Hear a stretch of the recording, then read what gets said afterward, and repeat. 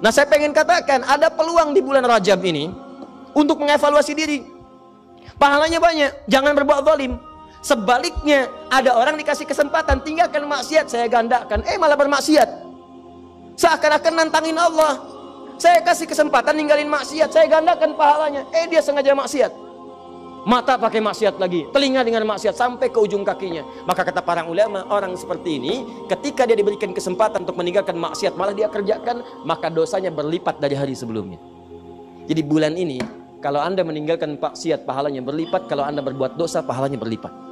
Maaf, dosanya berlipat. Kalau Anda berbuat taat dengan meninggalkan maksiat, maka pahala berlipat. Kalau Anda sengaja mengerjakan maksiat di bulan-bulan ini, bulan Rajab Anda kerjakan maksiat, maka dosanya pun berlipat dari sebelumnya. Cukup satu dosa, itu bisa menyebabkan Anda terhambat ke surga. Sekarang dosanya berlipat, Anda masih kerjakan juga, dan Anda pengen ke surga. Allahu Akbar.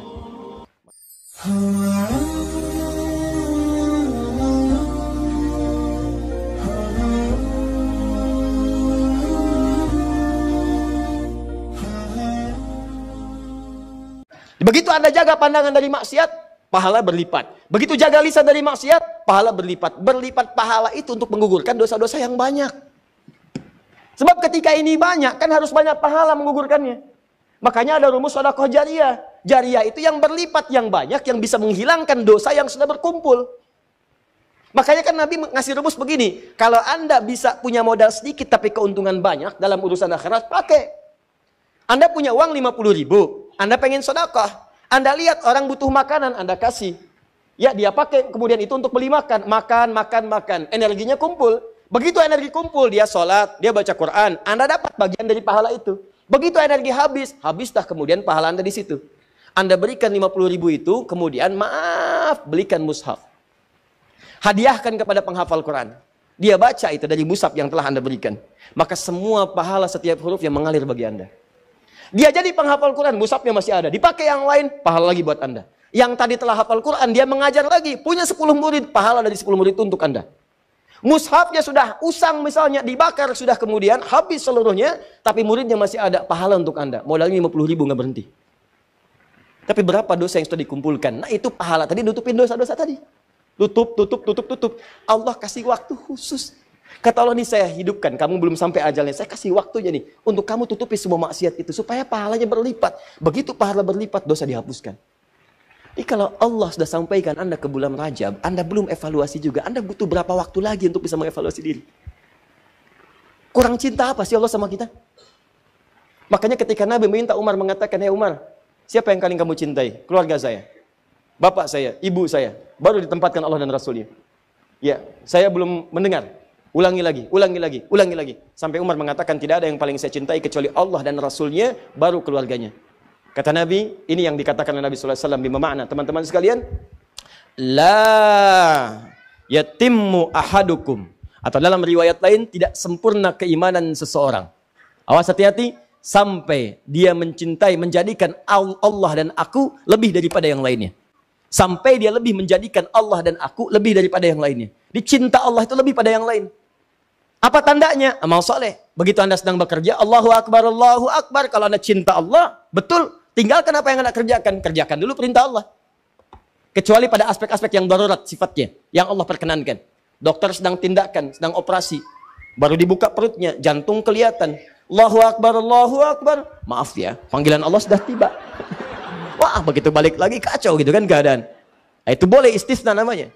Nah, saya pengen katakan ada peluang di bulan Rajab ini untuk mengevaluasi diri. Pahalanya banyak, jangan berbuat zalim. Sebaliknya, ada orang dikasih kesempatan tinggalkan maksiat, saya gandakan, malah bermaksiat. Seakan-akan nantangin Allah. Saya kasih kesempatan ninggalin maksiat, saya gandakan pahalanya, dia sengaja maksiat. Mata pakai maksiat lagi, telinga dengan maksiat sampai ke ujung kakinya. Maka kata para ulama, orang seperti ini ketika dia diberikan kesempatan untuk meninggalkan maksiat malah dia kerjakan, maka dosanya berlipat dari hari sebelumnya. Jadi bulan ini kalau Anda meninggalkan maksiat pahalanya berlipat, kalau Anda berbuat dosa pahalanya berlipat. Maaf, dosanya berlipat. Kalau Anda berbuat taat dengan meninggalkan maksiat, maka pahala berlipat. Kalau Anda sengaja mengerjakan maksiat di bulan-bulan ini, bulan Rajab Anda kerjakan maksiat, maka dosanya pun berlipat dari sebelumnya. Cukup satu dosa, itu bisa menyebabkan Anda terhambat ke surga. Sekarang dosanya berlipat, Anda masih kerjakan juga, dan Anda pengen ke surga. Allahu Akbar. Mana penghapus? Tuh, sampai kaget itu tutup.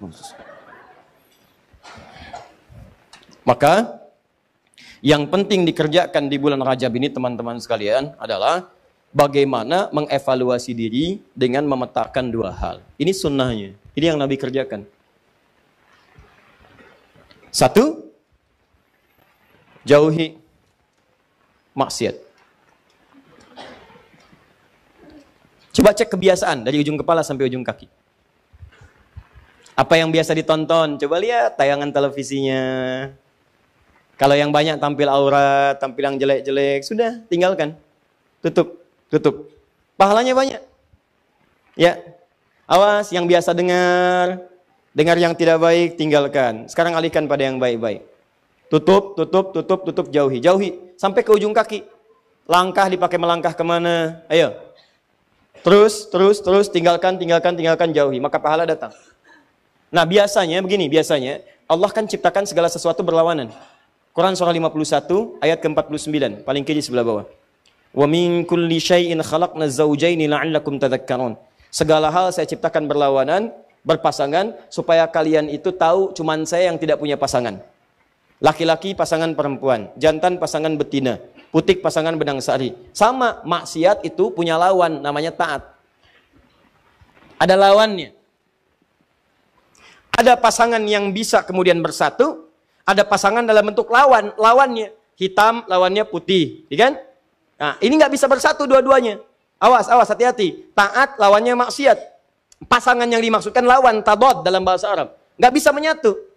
Maka biasanya ini akan saling mengalahkan. Kalau yang satu unggul, yang lainnya turun. Yang satu turun, yang lain naik. Demikian kalau orang sudah terbiasa menjauhi maksiatnya ditekan, maka taatnya akan naik. Kalau nggak percaya silahkan. Kalau orang sudah terbiasa menghindari kosakata yang kotor, maka di lisannya akan keluar yang baik-baik saja. Kalau dia terbiasa kemudian melihat yang baik-baik, maka maksiatnya yang buruk-buruk tidak akan pernah dilihat. Sebaliknya, maaf, kalau terbiasa melihat yang haram, maka kepada yang halal itu akan nggak suka. Saya sering katakan, kalau suami-suami sudah senang melihat wajah-wajah yang bukan mahramnya, pasti ada rasa ketidaksukaan pada istrinya. Ketika seorang suami sudah tidak senang memandang istrinya yang halal, itu berarti matanya sering dipakai melihat yang haram. Sama persis ketika istri sudah tidak senang memandang yang halal dari suaminya, maka seringkali dia melihat wajah-wajah yang diharamkan kepadanya. Coba cek berapa banyak Anda menggali status di media sosial. Silahkan cek berapa banyak wajah-wajah yang seharusnya dilihat Anda lihat dan seterusnya. Ini gambarannya. Anda tinggalkan ini, ya di bulan-bulan ini pahala dapatkan, maka konsekuensinya taatnya pasti akan bertambah. Ini rumus ya. Jadi mustahil ada orang meninggalkan maksiat, taatnya tidak naik, itu mustahil. Mustahil. Jadi di bulan Rajab ini, yang harus Anda kerjakan, tingkatkan ketaatan, jauhi maksiat. Cara paling cepat, tinggalkan maksiat, maka ini akan naik. Nah, ada satu rumus, yang saat ibadah ini dikerjakan, rumusnya dilakukan, maka dua-duanya ini akan segera otomatis terjadi. Saya ulang, ada satu rumus, satu jenis ibadah, yang kalau Anda kerjakan ini, maka secara otomatis semua jenis maksiat akan ditinggalkan, dan semua jenis ketaatan akan dikerjakan. Ibadah itu namanya puasa. Cuma puasa. Yang saat dikerjakan pada saat yang bersamaan, maaf, orang yang puasa, saat mengerjakan puasa itu pada saat yang bersamaan, sudah pasti akan meningkat nilai ketaatan dan amal ibadahnya. Silahkan kalau tidak percaya. Anda tidak puasa, belum tentu bisa memberi. Silahkan cek. Ada yang di depan mata minta pak, belum tentu diberi. Tapi saat puasa, jangankan yang kelihatan mata, yang tak nampak di data. Berapa yatimnya, berapa du'afanya. Silahkan cek saat Ramadan. Bukankah Anda mendata berapa yatim, berapa fakir, berapa miskin. Anda kalau tidak sedang puasa, belum tentu baca Al-Quran. Tapi saat puasa, itu bisa buka dalam setiap kesempatan. Buka Al-Quran, baca. Anda kalau tidak sedang puasa, jangankan sholat sunnah, sholat fardu terlambat biasa. Tapi kalau sedang puasa, jangankan yang fardu, yang sunnah Anda kerjakan. Di puasa itu, pada saat yang bersamaan ketika dikerjakan, pasti bisa meningkatkan amal soleh. Saat bersamaan, orang puasa pasti meninggalkan maksiat. Nggak ada orang puasa sengaja mengerjakan maksiat, nggak ada. Dan dia akan jaga. Silahkan cek. Lisan mau berdusta, dipancing-pancing, nggak mau. Ya, lihat. Mau marah, ditahan. Kenapa? Takut batal puasanya. Itu latihannya. Maghrib jam berapa sekarang? 18, 17, 18, 18, 18, 20 ya. Kita ambillah pertengahan 18, 18, 18. Jam 6 lewat 18. Maghrib jam 18, 18. Ada orang mencela Anda habis-habisan jam 18 lewat 15. Tinggal 3 menit lagi maghrib. Anda diprovokasi. Dasar begini, dihina habis-habisan Anda. Dihina habis-habisan. Tapi Anda nggak membalas. Padahal biasanya temperamen. Ditanya, kenapa nggak balas?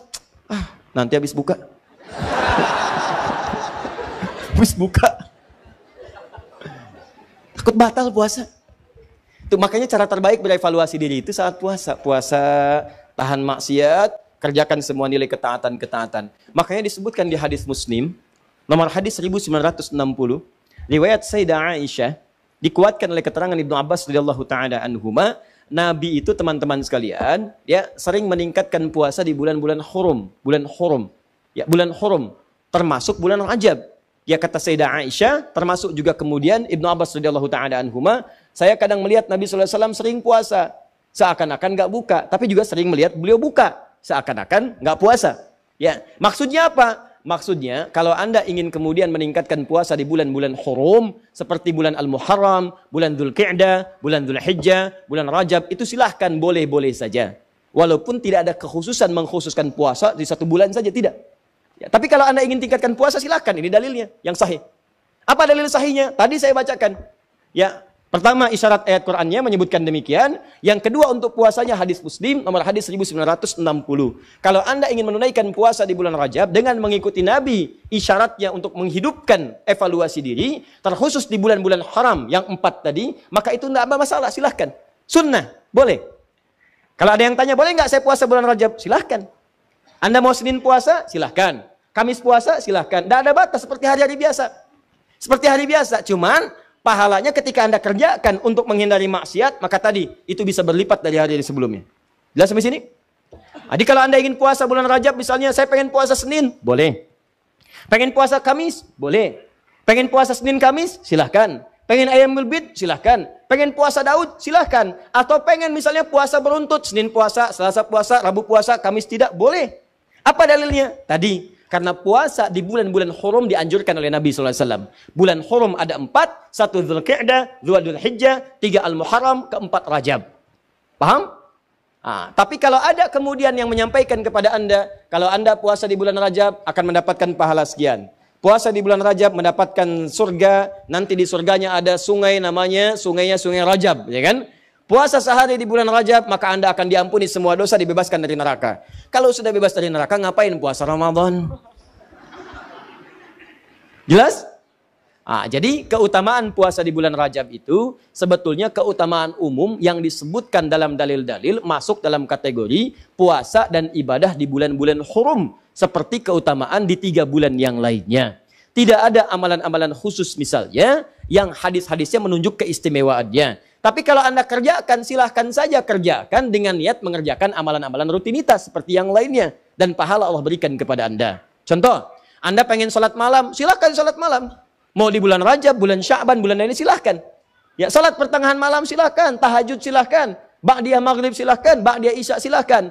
Tapi kadang-kadang teman-teman sekalian, jangan sampai kemudian termotivasi oleh dalil-dalil sebetulnya yang tidak ada susunannya atau informasinya dari Nabi SAW.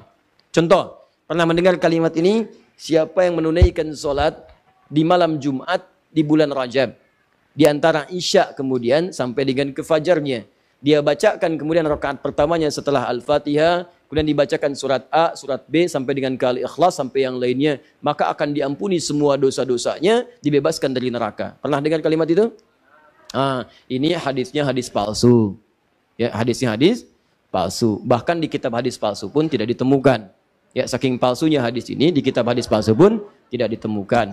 Pernah dengar hadis ini? Inna fil jannati baban yuqalu Rajab. Di surga itu ada satu pintu, satu sungai. Nama sungainya Sungai Rajab. Siapa yang bisa puasa sehari di bulan Rajab, maka dia akan mendapatkan kenikmatan surga di situ dengan air minum dari Sungai Rajab. Pernah dengar?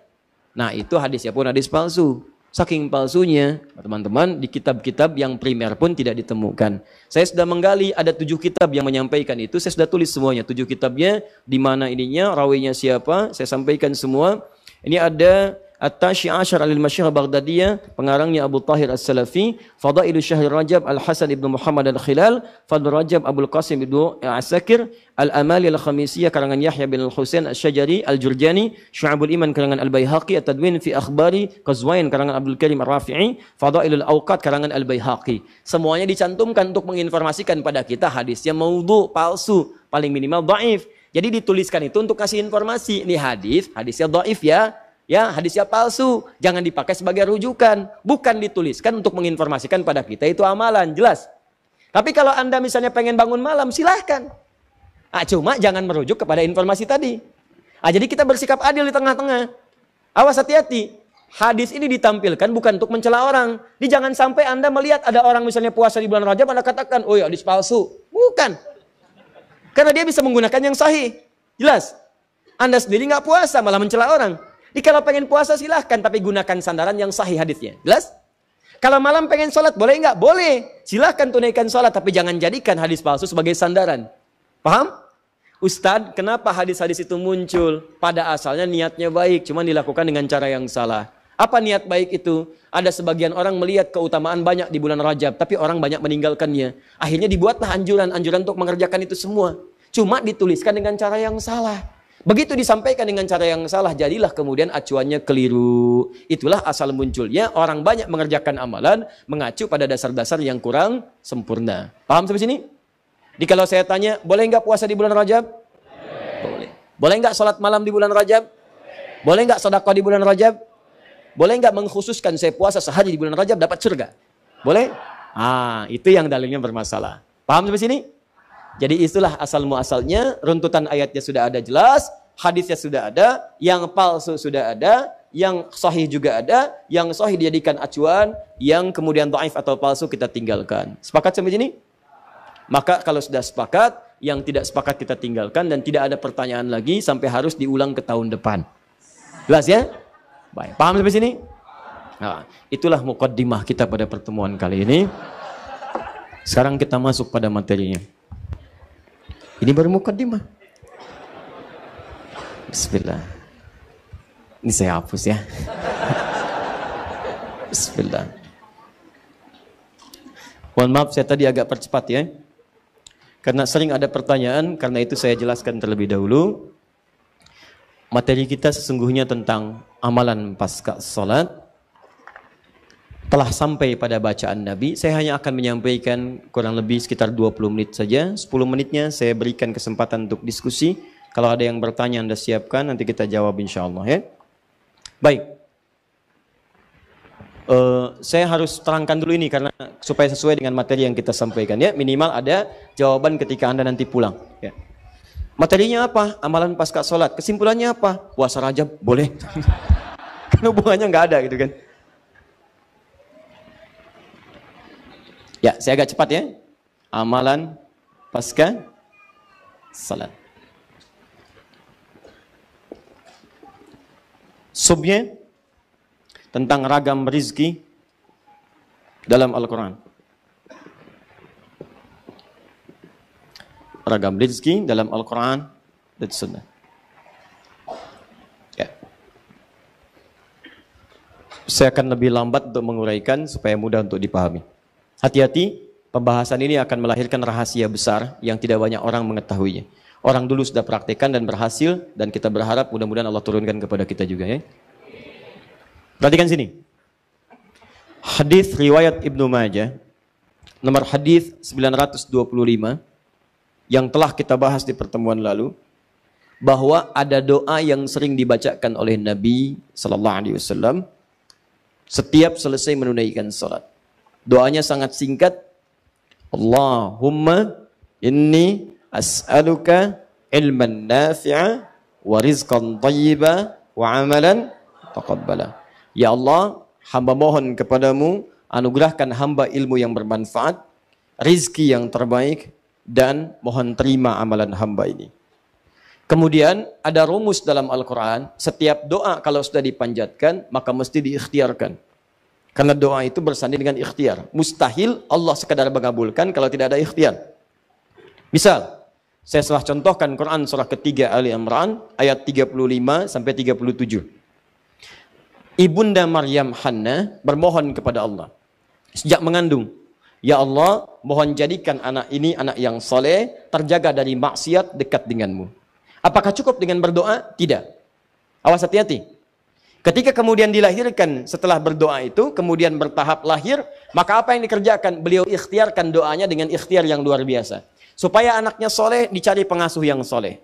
Nabi Zakaria. Makanya saya sering katakan, kalau Anda pengen anaknya baik, maka cari guru-guru yang baik. Anak ingin pintar, cari guru yang pintar.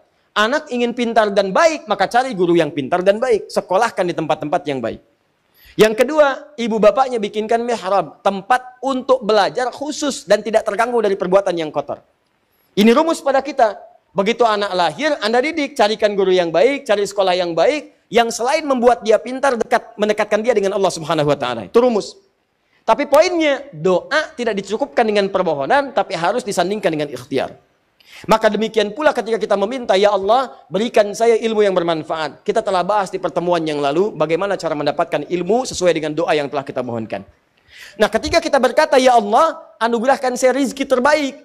Maka Allah tawarkan, ini ada 8 jenis, disebutkan dalam Al-Quran. 8 jenis rizki, yang kalau kemudian kami lakukan, kamu lakukan ikhtiarnya dengan 8 cara ini, maka kata Allah, saya akan limpahkan kepadamu rizki tanpa batas. 8 jenis ini, sebagian telah kita bahas. Kemarin kita bahas rizki dengan cara bersyukur. Sekarang kita akan bahas satu rahasia dalam Al-Quran, yang kalau Anda lakukan ini, maka rizki bukan hanya Allah berikan pada orang itu, tapi semua anggota keluarga dan kerabatnya akan diberikan bagiannya. Jadi yang dapat satu orang, yang mengerjakan satu orang, tapi yang kebagian hampir semua yang terkait dengan kehidupannya. Bapaknya bisa dapat, ibunya dapat, yang hebat, adiknya dapat, kakaknya dapat, temannya bisa dapat, gurunya bisa dapat. Rahasianya ada di Quran surah 17 ayat 31. Paling kanan sebelah atas. Quran surah 17 Al-Isra ayat 31.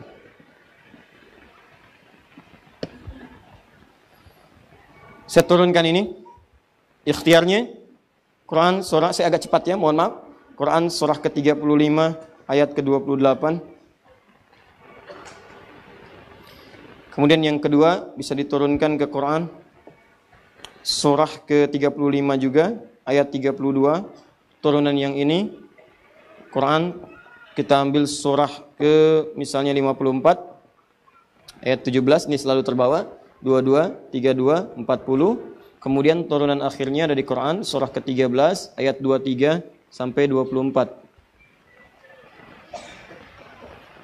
Kalau Anda naikkan ke sini, yang ketiganya, Quran, surah ke-4, misalnya, ayat ke-69. Kemudian turunan yang keempatnya bisa diambil Quran surah ke-49 ayat 13. Kalau pengen rumus paling cepat juga bisa Quran surah ke-30 ayat 21. Ya. Ini 5 caranya. Anda akan berdoa, ya Allah, anugerahkan saya rezeki terbaik. Lalu Allah berikan jalan, 8 jalan. Ini cara mendapatkan rezeki terbaik. Kamu kerjakan. Kalau kamu kerjakan ini, awas. Kata Allah, saya buka 8 jenis. Kalau kamu kerjakan ini, bukan cuma kamu yang dapat. Orang-orang di sekitar kamu pun akan mendapatkan bagiannya. Baik. Apa di antaranya? Ya, nomor selanjutnya, sebelumnya telah kita bahas bagian-bagian yang lain. Sekarang kita masuk pada yang lainnya. Quran surah 17 ayat 31. Perhatikan kalimatnya. Wala taqtulu auladakum khasyata imlaq. Ada ayatnya? Nahnu narzuquhum wa iyyakum. Inna qatlahum kana khita'an kabira. Ada ayatnya? Baik, perhatikan baik-baik. Saya buka sedikit dulu pendahuluannya. Dulu zaman-zaman jahiliyah, bahkan bukan hanya di lingkaran Arab, sampai ke Eropa, sampai dengan lingkup sebagian besar dunia. Itu kalau ada orang tua kemudian melahirkan anaknya dan merasa bahwa ekonominya terhimpit, tidak terlampau kuat, hartanya merasa belum cukup untuk bisa menghidupi anaknya, maka tidak ada pilihan di benak mereka kecuali untuk menghabisi anak keturunannya. Bunuh. Ada yang dikubur, ada yang sengaja dibekap, intinya dihabisi, selesai. Ya. Jadi dia merasa, wah ini susah nih, saya aja hidup susah, bagaimana dengan anak ini? Ya, tapi anehnya kok pengen punya anak gitu kan? Baik, jadi sudah dia mendapatkan keturunan itu kemudian dibunuh. Karena khawatir dia tidak akan mendapatkan jaminan rezeki yang baik di masa depan. Maka Allah tawarkan satu hal yang sangat luar biasa, dibuat dalam bentuk pernyataan yang sangat tegas, tapi isinya sangat mendalam. Perhatikan baik-baik. Kata Allah, lihat kalimatnya, wala taqtulu auladakum. Hai Muhammad sallallahu alaihi wasallam, sampaikan pada umatmu, sikap umatmu, sikap umat Islam, sifat hamba-hambaku yang beriman harus beda dengan mereka yang belum beriman. Mereka yang tidak beriman tidak yakin dengan qada dan qadar. Mereka yang belum beriman tidak tahu dengan caranya rizki didapatkan. Mereka yang belum beriman tidak tahu caranya bagaimana cepat mendapatkan rezeki. Kamu yang sudah beriman mesti beda dengan mereka. Perlakukan anak-anak dengan baik, sayangi mereka dengan baik, rawat dengan baik. Jangan khawatir masalah rezekinya. Kata Allah, ketika saya anugerahkan keturunan bagi setiap hamba-hambamu yang beriman. Lihat baik-baik kalimatnya. Ketika saya berikan satu nikmat pada hamba-hambaku yang beriman, mendapatkan keturunan, maka saya sudah jamin rezekinya dari setiap yang dilahirkan itu. Saya jamin rezekinya. Perhatikan baik-baik. Kalau ada yang melahirkan dalam suasana bahkan ekonominya terasa kurang dan sebagainya, jangan khawatir, kata Allah, setiap makhluk gak mungkin hidup kecuali punya rezeki. Jangankan manusia, hewan ada, yang melata ada. Pertemuan lalu saya gambarkan bagaimana cicak dengan nyamuk. Cicak dapat rezeki, rezekinya nyamuk, nyamuknya terbang, cicaknya tidak. Kan Allah hanya perintahkan kamu merayap walaupun di dinding, walaupun cuma diam-diam, nyamuknya datang, bukan kamu yang mendatangi nyamuk. Silahkan cek, cicak diam-diam, datang seekor. Perintah Allah, kamu merayap, dia merayap, datang seekor nyamuk. Bukan cicak yang mendatangi nyamuk, nyamuk jadi perintahkan oleh Allah datang ke cicak. Coba bayangkan, datang seekor nyamuk, setelah itu, silakan. Ayo tangkap. Ya. Apalagi manusia. Tapi yang paling menarik, bagi orang beriman Allah yakinkan. Perhatikan kalimatnya. Nahdu narzuquhum wa iyyakum. Kata Allah, saya buka satu rahasia. Saya berikan kesempatan. Saya bahkan bukan sekedar memberikan rezeki kepada anak yang dilahirkan itu. Tapi saya akan berikan rezeki kepada mereka yang kamu pun akan mendapat bagian dari rezeki itu. Jadi ketika Allah berikan rezeki kepada anak-anak yang dilahirkan itu, yang hebat bapaknya kebagian dari situ. Ibunya dapat, kakaknya dapat, adiknya dapat, tetangganya dapat, gurunya dapat.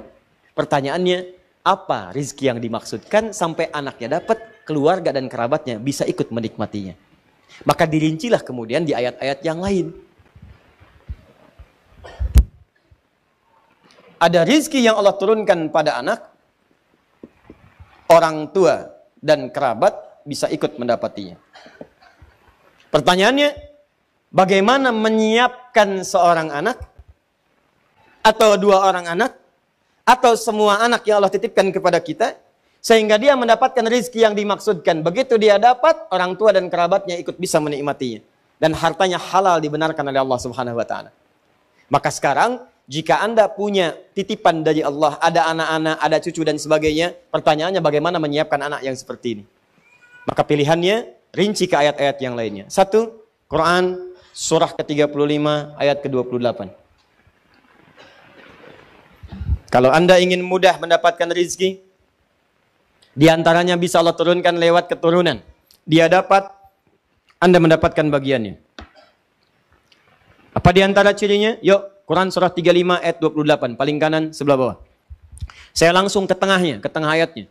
Innama yakhshallaha min ibadihil ulama.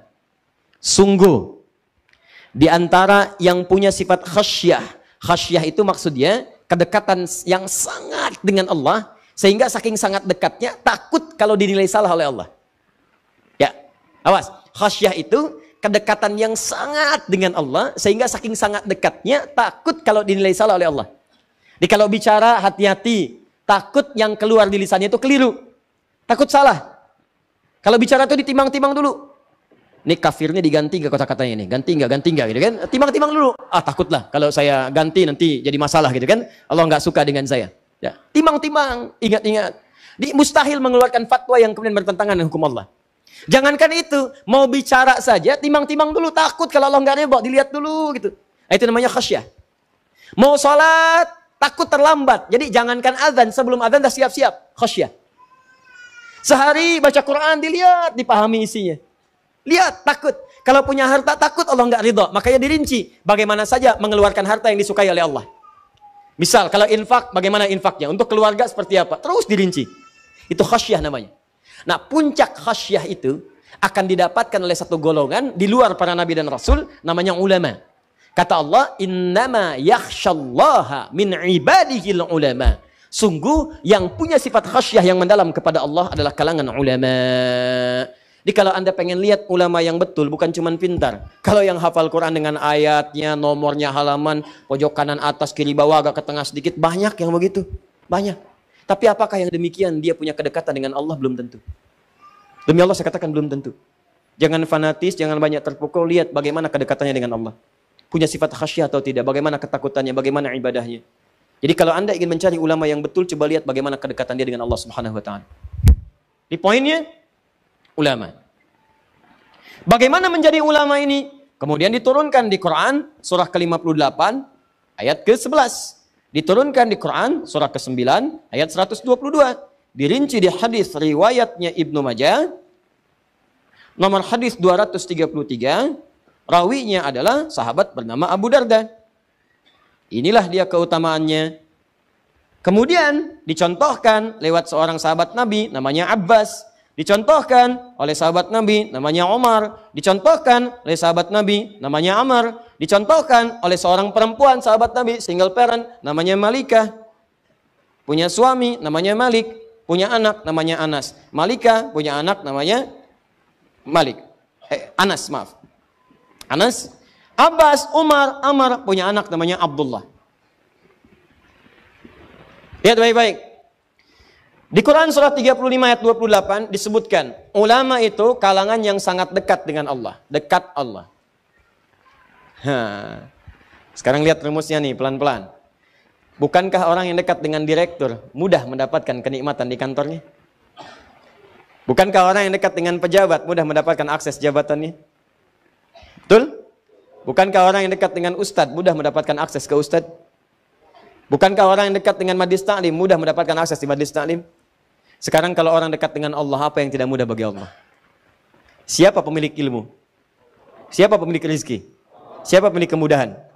Maka secara logika sederhana, orang-orang yang paling dekat dengan Allah, maka tidak usah berpikir tentang rezeki, karena sebelum dia pikirkan, Allah sudah penuhi semua kebutuhannya. Maka tidak ada yang paling dekat kata Allah dari kalangan manusia selain Nabi dan Rasul dengan Allah Subhanahu wa taala kecuali kalangan para ulama. Makanya di hadis Ibnu Majah nomor hadis 233 disampaikan oleh sahabat Abu Darda dari Nabi SAW, para ulama itu disebut pewaris para nabi. Perhatikan kalimatnya. Wa innal ulama'a warathatul anbiya wa innal anbiya'a lam yurithu dirhaman wala dinaran walakinnahum warathul ilma fahadhuhu bihadhin wafir. Sungguh para ulama itu pewaris para nabi. Para nabi itu tidak mewariskan dinar dan dirham, tapi mewariskan ilmu. Makanya kalau Anda pengen kata Nabi, perhatikan kalimatnya, ambillah ilmu warisan Nabi itu. Nih saya tanya ya, antum ya.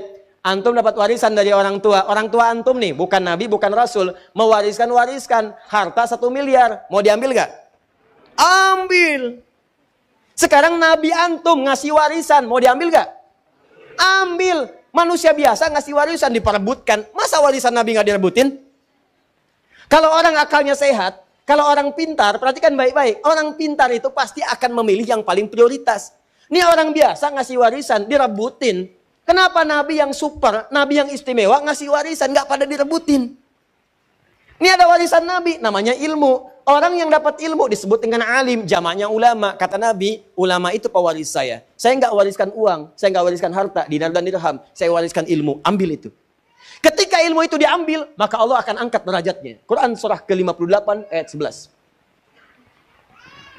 Yarfa'illahu alladhina amanu minkum walladhina utul ilma darajat. Allah akan angkat derajat orang-orang beriman plus Allah memberikan tambahan derajat pada orang-orang yang mendapatkan tambahan pengetahuan.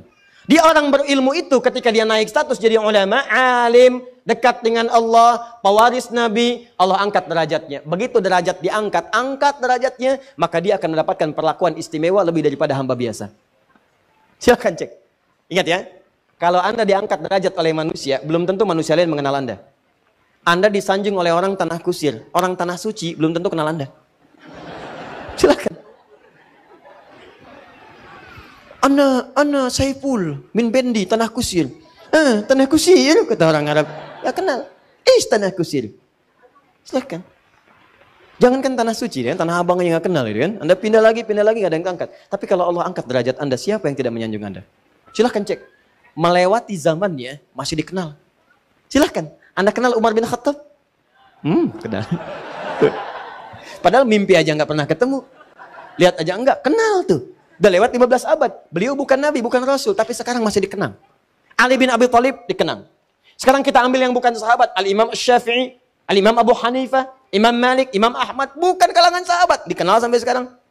Ar-Rafi'i dikenal. Orang-orang soleh dikenal. Bahkan yang hidup kemudian, yang baru wafat beberapa masa lalu masih dikenal.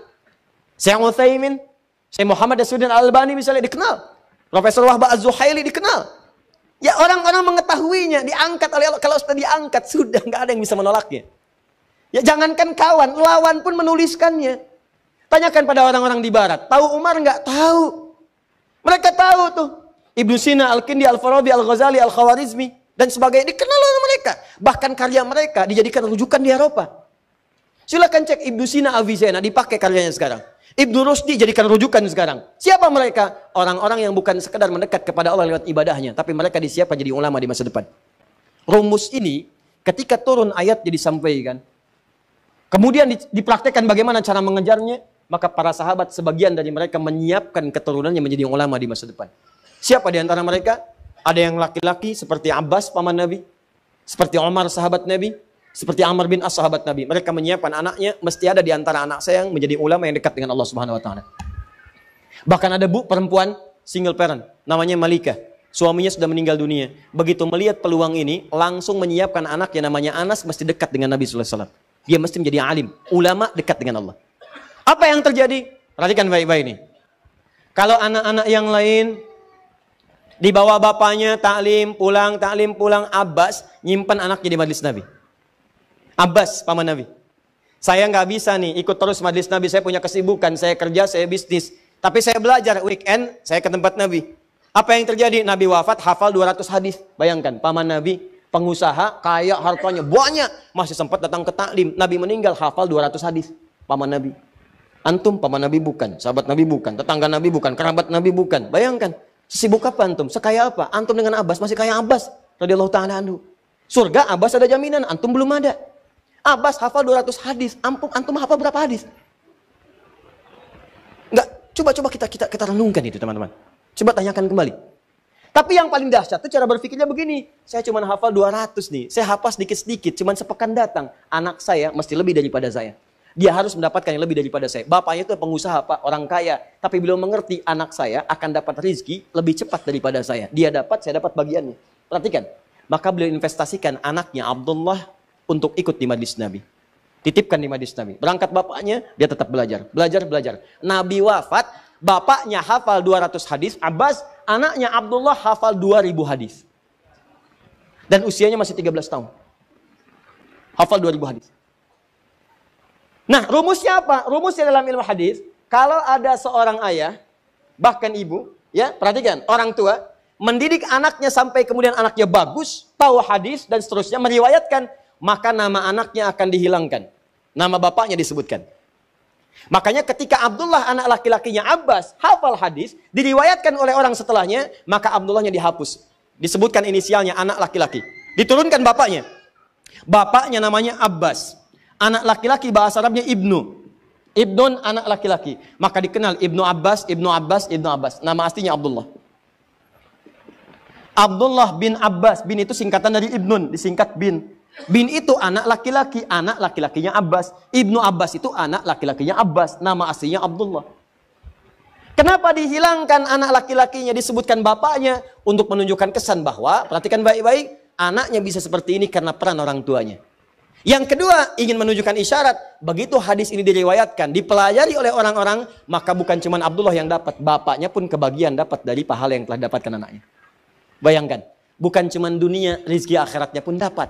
Begitu anak yang dapat pahala, bapaknya kebagian di situ. Perhatikan baik-baik. Sekarang berapa banyak orang yang mengaji hadisnya Abdullah bin Abbas radhiyallahu ta'ala anhuma. Umar bin Khattab, saya pengen lebih daripada Abbas. Abbas anaknya datang ke majelis ilmu. Anak saya harus ngintip Nabi sejak berangkat dari tempatnya. Bikin beliau rumah saat di Madinah. Di depan rumahnya Nabi SAW. Dibikinkan kamar. Kamar anaknya menghadap ke arah rumah Nabi. Dibikin jendela. Jadi tahu persis. Begitu kemudian Nabi keluar rumah, sudah tahu bagaimana cara jalannya. Cara nengoknya. Seperti apa kemudian Nabi bersikap sampai ke majelis ilmu. Makanya anaknya Umar lebih banyak hafal hadis dibandingkan anaknya Abbas. Anaknya Abbas hafal 2000 hadis, anaknya Umar 2800 hadis. Anaknya Amr, lihat Amr bin As, Abdullah bin Amr bin As. Anaknya Abbas tahu kemudian hadis, tahu tafsir. Anaknya Umar ngintip-ngintip Nabi, tahu juga hadis. Anak saya mesti tambah hadis plus fikih. Maka sejak kecil diajarkan langsung hadis fikih, hadis fikih, hadis fikih. Usia 9 tahun udah minta ke bapaknya, "Pak, saya pengen nikah karena saya sudah hafal bab nikah." Paham fikih dan sebagainya. Anak Abbas nunggu di majelis ilmu. Anak Umar dibikinkan rumah. Malikah seorang single parent. Satu anak. Punya anak namanya Anas. Beliau melihat yang satu ke majelis Nabi, yang satu ngintip-ngintip. Anak saya nggak usah nunggu, nggak usah ngintip, datang ke rumah Nabi. Digandeng, dibawa, disampaikan. Ya Rasulullah, ini anak memang kelihatan masih kecil, tapi dia punya kemampuan kuat. Tolong jadikan pembantu Anda. Tolong jadikan pembantu Anda. Nanti kalimat ini akan ditiru oleh orang-orang setelahnya untuk mencari celah bagaimana caranya anak ini bisa dekat dengan ulama. Maka cara paling mudahnya bawa ke rumahnya supaya mempelajari semua apa yang ada dalam rumahnya. Jadi kalau di luar rumah cuma lihat di luar saja. Tapi kalau di dalam rumah kan kelihatan semuanya. Bagaimana saat akan tidurnya, bagaimana saat makannya, bagaimana saat minumnya, dan sebagainya. Maka Nabi tersenyum, beliau tahu. Kata ibunya ini, kata Malikah, ambil anak saya sebagai pembantu. Nabi tahu. Ini paling pengen belajar. Pengen belajar. Kata Nabi, ya dia boleh membantu saya. Datang ke rumah. Belajar di rumah Nabi. Setelah Nabi wafat, membantu Nabi wafat, maka setelah wafat itu ditanya, "Hei Anas, selama kamu membantu Nabi, apa kalimat yang paling sering didengar dari Nabi?" Kata Anas, "Tahukah kalian, selama saya membantu Rasulullah, hanya satu kalimat yang sering saya dengar dari Nabi. Ya Anas, madza akhdumuka?" Anas, apa yang bisa saya bantu? Rasulullah SAW. Anas, apa yang bisa saya bantu? Oh, kalau ada pembantu begitu enak banget ya, Pak. Datang ke rumah, saya pengen jadi pembantu. Apa yang bisa saya bantu? Wah, karena semua dikerjain sendiri. Piring, selesai makan, bisa cuci. Ada yang kemudian sobek, jahit, bisa jahit sendiri itu. Ya, itu yang luar biasa. Dan Anas kemudian meriwayatkan hadis yang sangat banyak setelah peninggal Nabi SAW. Poinnya adalah, kenapa mereka berlomba mengajar itu semua? Karena ada janji yang disebutkan oleh Allah, derajatnya akan diangkat, dekat dengan Allah, dan rizkinya akan dijamin. Begitu rizki dapat, bukan cuma dunia, akhiratnya kebagian. Kalau para sahabat nggak mikirin dunia, Pak, dunia itu udah selesai. Maksud saya, mereka sudah paham, ini dapat, gak ada masalah. Yang mereka pikirkan akhirat. Makanya ketika dititipkan anaknya, investasi terbesarnya akhirat. Tapi Anda tahu nggak? Orang yang mendapatkan akhirat, udah otomatis dunianya dijamin. Itu rumusnya. Sederhana, jika akhirat dapat, dunia pasti akan dapat. Akhirnya apa yang terjadi? Orang-orang setelahnya, maka menyiapkanlah misi ini, ditempuh kemudian jalan ini, maka orang-orang sepeninggal Nabi, sahabat menyiapkan. Sahabat mewariskan, tabi'in mengikuti. Tabi'in mengikuti. Maka muncullah orang-orang hebat setelah zaman sahabat, untuk mengejar keutamaan dari Al-Quran ini, bagaimana caranya? Hidupnya bahkan suami sudah nggak ada, single parent, sendirian, harta terbatas. Berpikir bagaimana caranya, ya Allah, dunianya nyaman, akhirat dapat banyak pahala. Maka rumus pertama ditempuh. Imam Asy-Syafi'i punya seorang ibu. Begitu lahir kemudian tumbuh berkembang di Gaza, sekarang di Palestina, wafat ayahnya. Itu sendirian bu, single parent. Berjuang bagaimana cara mendapatkan ketenangan dalam rumahnya, plus mendapatkan pahala akhiratnya. Maka diputuskan anak saya mesti menjadi ulama. Jadi ulama. Maka dididik oleh beliau, nih rumus cepatnya, perhatikan baik-baik. Dicari orang-orang yang hebat di masanya. Siapa ulama yang bisa mendidiknya? Dititipkan di situ. Begitu kemudian mau belajar, gendong, sampai mendengar puncak ilmunya ada di Mekah pada saat itu. Maka berangkat beliau membawa anaknya ke Mekah. Jalan sampai dengan ke Mekah. Dititipkan di kalangan para ulama. Setelah tumbuh remaja, Imam Syafi'i diutus. Syafi'i, saya mendengar imam paling bagus sekarang perkembangan ilmu ada di Irak. Kamu berangkat ke Irak. Semua dilakukan untuk bisa menjadikan anaknya menjadi seorang alim. Apa yang terjadi? Ibunya berusaha, jadi ulama. Begitu kemudian tumbuh berkembang, jadi remaja, hafalannya kuat, siap menjadi seorang alim. Kata ibunya berangkat ke Irak, di sana sedang muncul perkembangan ilmu. Begitu berangkat ke Irak, teman-teman, apa yang terjadi? Setahun, 2 tahun, datang rombongan ulama Irak berhaji ke Mekah. Ulama-ulama Irak datang ke Mekah berhaji. Begitu berhaji, yang disebut semua Syafi'i. Qala Muhammad bin Idris Asy-Syafi'i. Qala Muhammad bin Idris Asy-Syafi'i. Nyampe itu suara ke telinga ibunya saat di Mekah. Begitu mendengar, segera disusul. Itu siapa Syafi'i katanya? Siapa Syafi'i? Kata ulama-ulama Irak ini, dia adalah seorang anak muda yang luar biasa. Dia asalnya dari Mekah sini. Bahkan ibunya ada di Mekah katanya. Ibunya ada di Mekah. Saya dari Mekah sini. Sekarang sedang di Irak. Dia menjadi panutan ulama nomor 1 di Irak. Asy-Syafi'i. Kata ibunya, tahukah engkau Syafi'i itu anak saya? Tahukah engkau Asy-Syafi'i anak saya? Begitu tahu Syafi'i anak, oh Masya Allah anak ibu. Langsung ibunya dihormati. Oh langsung dimuliakan macam-macam. Perhatikan, Syafi'i yang berhasil, ibunya. Tolong kalau kamu kembali ke Irak, sampaikan pada Asy-Syafi'i, dia telah saya izinkan kembali ke sini. Dia telah saya izinkan kembali ke sini. Padahal waktu berangkat ke Irak, tadi sebelum saya sebutkan, padahal waktu berangkat kata ibunya, Syafi'i, kamu belajar ilmu ke Irak, gak usah pulang ke sini. Gak usah pulang. Kamu belajar ilmu ke Irak, gak usah pulang. Saking pengennya anak jadi ulama, gak usah pulang kata ibunya. Kesana aja. Begitu sudah mendengar Syafi'i jadi ulama, kata ibunya kepada ulama Irak, katakan pada Syafi'i, dia boleh pulang sekarang. Pada kalimat awalnya, nggak usah pulang. Bahkan ada riwayat mengatakan, nanti aja ketemunya di surga di akhirat. Berangkat aja, nanti ketemu di surga di akhirat. Begitu mendengar anaknya sudah jadi ulama, silahkan pulang. Begitu disampaikan kepada Asy-Syafi'i di Irak, senangnya luar biasa. Kata Asy-Syafi'i, saya akan pulang. Begitu tahu akan pulang, mendengar guru besar akan pulang, semua orang-orang Irak itu menyiapkan bekal untuk Syafi'i. Ada yang ngasih unta, ngasih makanan, ngasih ini bekal, sampai terkumpul 100 ekor unta. Plus dengan isinya. Bayangkan, Asy-Syafi'i nggak pernah tercatat. Asy-Syafi'i pernah kerja di perusahaan A. Asy-Syafi'i pernah berdagang. Asy-Syafi'i pernah bisnis. Disiapkan jadi ulama, begitu mau pulang ke Mekah, semua perangkatnya disiapkan langsung. Allah turunkan. Semua orang ngasih. Berangkat. Kitabnya kemudian dibawa di tangannya, naik beliau ke untanya, 100 ekor unta ngikutin plus dengan murid-muridnya. Begitu sampai di gerbang Mekah belum sampai ke Mekah, kan ada batas haram ya? Ada batas haram. Begitu sampai di batas itu, beliau mengutus santrinya, tolong berikan kabar kepada ibu, saya sudah dekat, saya akan datang. Ini sunnah ya, ingat ini sunnah. Sunnah kalau anda ingin berkunjung pada siapapun, kabari dulu. Kabari supaya dia siap-siap, jangan bikin kejutan. Justru kejutan itu dalam Islam nggak diperkenankan. Oh, nggak pakai iya. Supaya orang itu nggak repot, tiba-tiba anda datang, dia kan merasa nggak enak gitu. Ya. Jadi kalau bisa tuh sampaikan, agak dekat-dekat nggak apa-apa, saya di jalan nih mau berkunjung, itu sunnah. Sunnah sampaikan, supaya dia bisa siap-siap. Begitu diutus santrinya datang kepada ibunya, diketok, disampaikan, siapa kamu? Saya muridnya Syafi'i. Beliau sudah di perbatasan akan datang ke sini, menemui ibu. Syafi'i bawa apa? Masya Allah Bu, Syafi'i jadi orang hebat. Sekarang begitu datang, orang ngirim-ngirim unta. Ada 100 ekor unta dengan beliau, lengkap dengan isinya. Saya suruh dia ke Irak untuk belajar, bukan cari unta. Bilang sama Syafi'i, gak usah datang ke sini, balik lagi ke Irak. Bilang sama Syafi'i, gak usah datang, balik lagi. Muridnya bengong. Balik lagi, ketika bertemu Imam Syafi'i disampaikan, Syekh, gimana tadi? Kata ibu, balik lagi ke Irak. Balik lagi. Kamu bilang apa sama ibu saya? Saya bilang, Syekh, udah jadi saya besar, lama besar, datang dengan 100 ekor unta. Kamu salah. Kenapa kamu bilang begitu? Maka diutus lagi yang lain, kamu datang ke ibu saya, kalau tanya, bilang, Syafi'i telah bawa kitab. Datang dari Irak, bawa kitab. Dan saya katakan, berikan semua unta ini, semua sedekahkan untuk orang Mekah yang membutuhkan. Berikan semuanya. Maka Syafi'i perintahkan 100 ekor unta itu dengan semua isinya dibagikan ke orang-orang Mekah, disedekahkan. Tinggal 1 kitab dengan beliau di tangannya. Katakan pada ibu saya, Syafi'i datang pulang dengan membawa kitab di tangannya, nggak bawa unta lagi. Datang muridnya, begitu datang ke ibunya, Bu, kamu siapa? Santrinya Syafi'i. Saya kan dikatakan, pulang ke Irak, nggak usah ke sini. Bu, Syafi'i udah nggak bawa unta, cuma bawa kitab di tangannya. Oh, kalau begitu silahkan pulang. Maka Syafi'i datang, membawa kitab di tangannya, jadi ulama besar, dan fatwanya ditunggu-tunggu. Maka sejak saat itu teman-teman sekalian, apa yang terjadi? Ibunya sejahtera, kehidupannya pun tenang, dunianya nggak difikirkan, semuanya dijamin. Allah langsung yang jamin, sangat dekatnya dengan Allah. Mau makan, makanan sudah ada, semua ragamnya ada.